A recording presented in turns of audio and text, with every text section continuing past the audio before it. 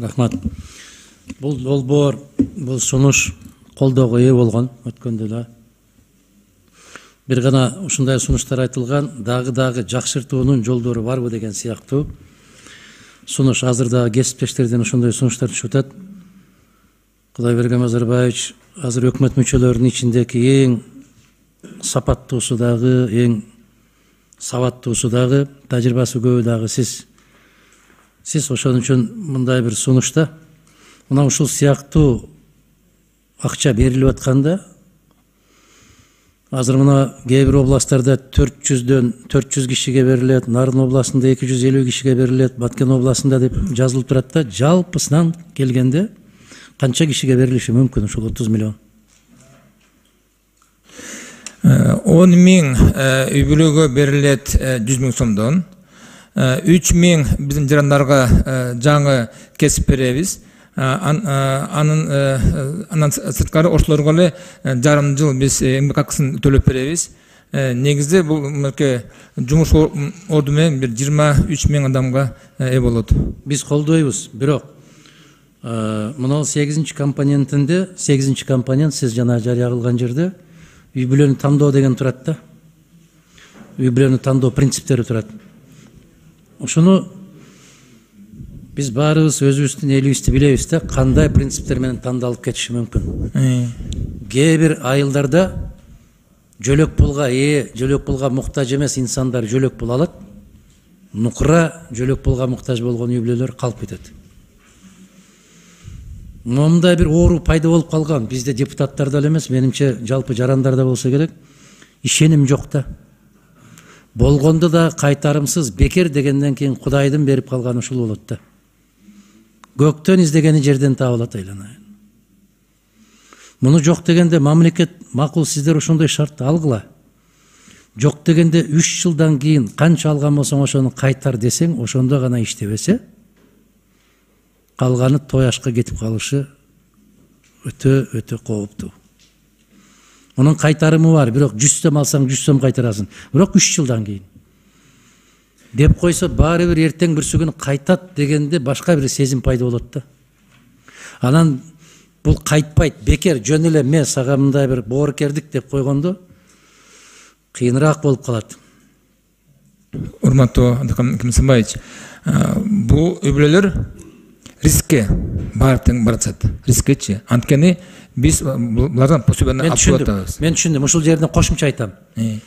Мына ол эч пайдасыз көрсөтүүлөргө караганда КТР, МТР, ЛТР дегендерди ошону 15 мүнөттүк кылып бир видео эмне даярдасаңыздар ушуну.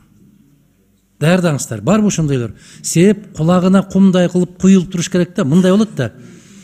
Сен бул акчаны алып атасың, бирок ушунун натыйжасында 3 балаң алып аткан жөлөк пулдан 1 жылдан кийин кутуласың. Чыгып кетесиң. Мамлекет ал жоопкерчиликтен баш тартат. Айтып атасыңар ушуну. Ушул нерсени аябай куюш керек. Себеп ал жөнөкөй карапайым калк бул жардам алып аткан эле эмес, депутаттардын көпчүлүгү бекер дегенде эле кооптонуп баштайт.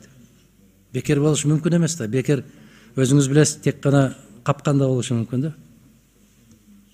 Эң туура айттыңыз, сизге рахмат. Башында жанакы 2800 биз эмес берип атканда эл мындай башына көп чыккан жок да. Анткени пособиянын өлчөмү көбөйүп калды. Алар баардыгын санашат. Биякта 100 миңби же өмүр бою эмес пособия депчи. Баардыгычы мындатта өлөнөт.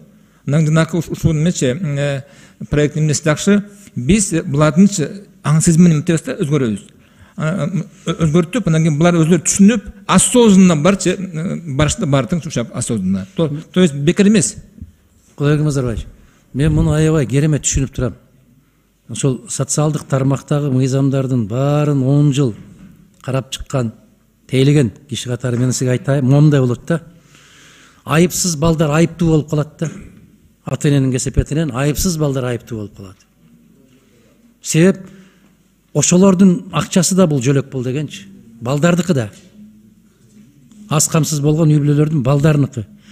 Ошол ата-энесинин жоопкерсиздигинин эсебинен мамлекеттик жөлөк пулдан ажырап калыш коркунучу көбүрөөк да. Алардын күнөөсү жок. Бирок ушул программанын негизинде, шарттын негизинде алар жөлөк пулсуз калып калышы ыктымал.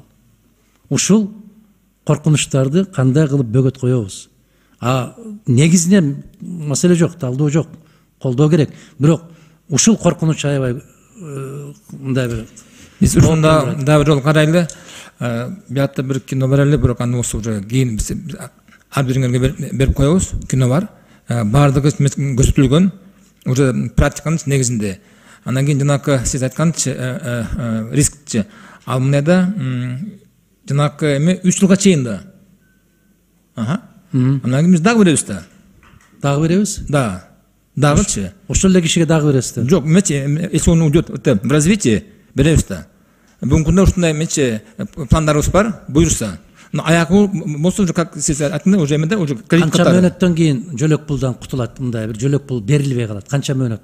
Конкреттүү мөөнөт барбы? Мисалы бул киши азыр макул десе, 100 000 сомду алат колуна, алгандан кийин дагы 3 ай пособие ала берет параллельно. Анан кийин 3 жылга пособияга алганга укугу болбойт. 3 жылга? 3 жылга. 3 айдан кийин? Да, 3 айдан кийин. Мына ошону жанагы андан кийин кайрат берсе болот. Жергиликтүү каналдардан көрүп берсеңиздер. Сен түшүнбөсүңөр көп болуп калышы мүмкүн. Рахмат. Колдоого татыктуу. Жакшы. Ийгилик. Рахмат сизге.